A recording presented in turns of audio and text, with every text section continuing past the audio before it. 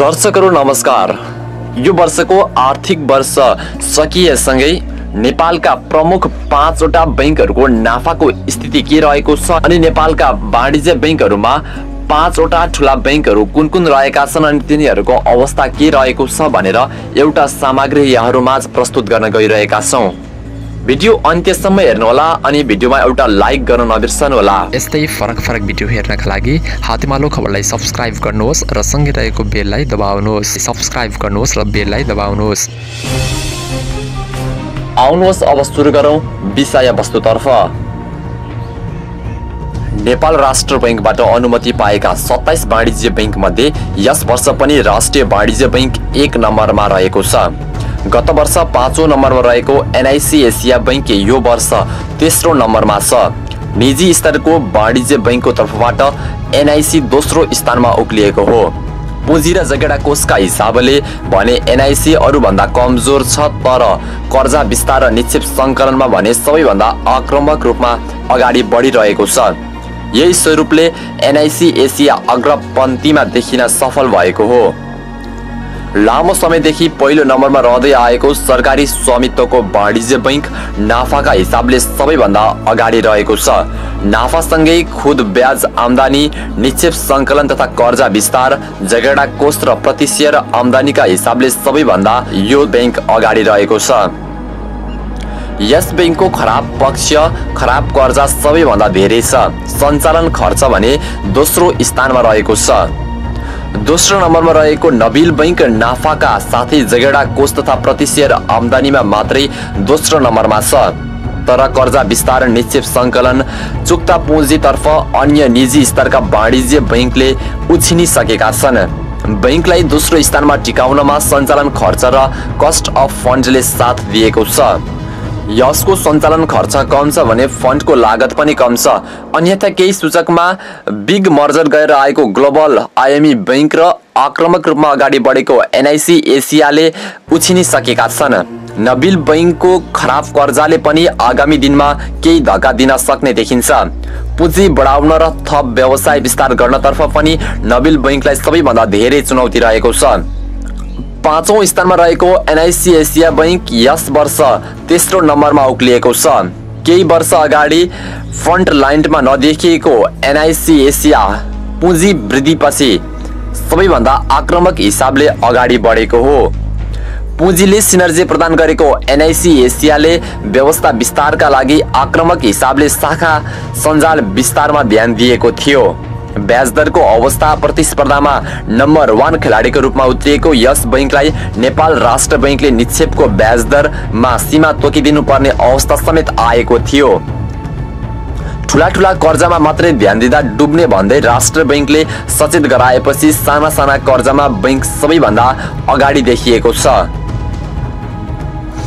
अन्य बैंकको भन्दा चुक्ता पुँजी र जगेडा कोषका हिसाबले कमजोर एनआईसी एसिया निक्षेप तथा कर्जा विस्तारतर्फ तेस्रो नम्बरमा छ।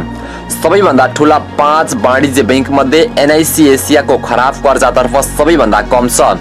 सुरुवाती अवस्थामा महँगोमा निक्षेप तान्ने प्रतिस्पर्धामा उत्रिएको एनआईसीले पछिल्लो समय निक्षेप ब्याज घटाएर कस्ट अफ फन्डलाई पनि घटाउन सफल भएको छ। विज्ञापन तथा शाखा सञ्जालमा सबैभन्दा अगाडि रहेको एनआईसी एसियाको सञ्चालन खर्च भने ग्लोबल पछाडि सबैभन्दा धेरै छ। जनता बैंकलाई मर्जर गराएर ग्लोबल चौथो स्थानमा उक्लिएको छ। चुक्ता पुँजी, कर्जा लगानी, खुद ब्याज आम्दानीमा पहिलो रहेको छ। मर्जरपछि पुँजी, निक्षेप, कर्जा लगानी थपिए पनि बैंकको खर्च नियन्त्रण हुन सकेन। कस्ट अफ फन्ड 5 ठूला बैंक मध्ये सबैभन्दा धेरै छ। सञ्चालन खर्चमा राष्ट्रिय वाणिज्य बैंकपछि दोस्रो नम्बरमा छ। मर्जपछि जुन हिसाबले बैंकले सिनर्जी पाउनु पर्ने हो यस वर्ष भने पाउन सकेन। यस बैंकका निवर्तमान प्रमुख कार्यकारी अधिकृत परशुराम कुँवरले बैंकले सिनर्जी पाएको तर नतिजा आउन अझै केही समय लाग्ने बताउनु भएको छ। बैंक एक्लै हुँदा बैंकको प्रतिशत आम्दानी 26 रुपैयाँ रहेकोमा मर्जपछि घटेर 16 रुपैयाँमा झरेको छ। यसले पनि पुँजी बढे अनुसार बैंकले प्रतिफल पाउन नसकेको पुष्टि हुन्छ। खुद ब्याज आम्दानीका हिसाबले अगाडि रहेको बैंकले आफ्ना सञ्चालन खर्च कटौती गर्दै अन्य आय स्रोतलाई बढाउने हो भने बैंक अगाडि आउने सम्भावना छ। एकताका सबैभन्दा अगाडि देखिने नेपाल इन्भेस्टमेन्ट बैंक केही कमजोर देखिँदै आएको छ। नबिल बैंकसँग टक्कर गरेर अगाडि बढिरहेको यो बैंकलाई केही ठूला कर्जाले वृद्धि दरमा असर पारिरहेको छ, जसले गर्दा खराब कर्जा बढाएको छ। एकातिर वृद्धि दर खुम्जिँदै जाने, अर्कोतर्फ अन्य बैंक आक्रामक शैलीमा अगाडि बढ्दै जाने अवस्थाले नेपाल इन्भेस्टमेन्ट हरेक वर्ष खुम्चिँदैछ। प्राय दोस्रो र तेस्रो स्थानमा देखिने इन्भेस्टमेन्ट आक्रामक रूपमा अगाडि बढिरहेको एनआईसी एसिया र विग मर्जर गएर आएको ग्लोबलले उछिनेको हो। पुँजीका हिसाबले दोस्रो र झगडा कोषका हिसाबले तेस्रो स्थानमा रहेको नेपाल इन्भेस्टमेन्ट बैंकले कर्जा विस्तार र निक्षेप सङ्कलनको वृद्धि दरलाई अझै अगाडि बढाउनु पर्ने देखिन्छ। खराब कर्जा सल्टिएकै अवस्थामा पनि बैंक अझै अगाडि आउने सम्भावना कम छ। यदि खराब कर्जा नसल्टिएकै अवस्थामा पनि उक्त कर्जालाई रिप्लेस गर्न सक्ने गरी आक्रामक रूपमा व्यवसाय विस्तार गर्न सक्नुपर्छ। कोभिड-19 का कारणले गर्दा अधिकांश बैंकको खराब कर्जा बढेको छ। नेपाल सरकारले कोभिड नियन्त्रण तथा रोकथामका लागि गरेको लकडाउनले गर्दा ऋणीले समयमा कर्जा भुक्तानी गर्न सकेका छैनन्। नेपाल राष्ट्र बैंकले प्रोभिजनका पक्षलाई केही नीतिगत व्यवस्था सहित सहजीकरण गरिदिए पनि यसले अल्पकालीन रूपमा नाफामा र दीर्घकालीन रूपमा ऋण उठ्न नसक्ने जोखिम बढेको छ। खराब कर्जा घटाउने उच्च महत्वाकांक्षी सहित अगाडि बढेको राष्ट्रिय वाणिज्य बैंकले अझै पनि सल्टाउन सकेको छैन। सबैभन्दा ठूला चार वाणिज्य बैंककै खराब कर्जा बढेको छ।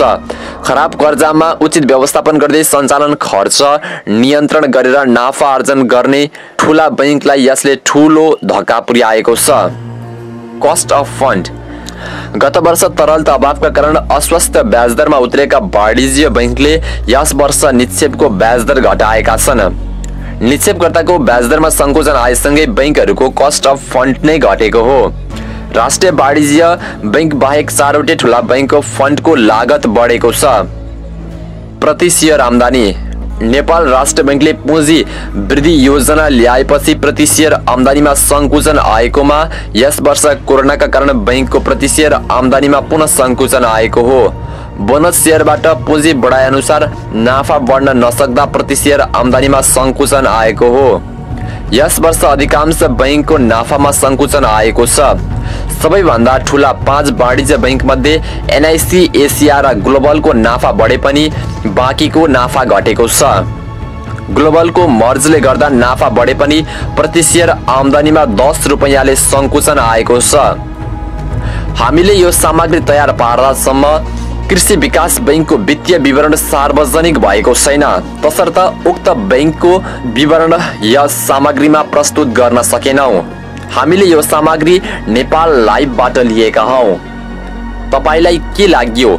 यो सामग्री सुनिसकेपछि आफूलाई मनमा लागेका कुरा कमेन्टमा लेख्नुहोला अनि भिडियो धेरै नेपालीसम्म पुर्याउन शेयर गरिदिनु होला।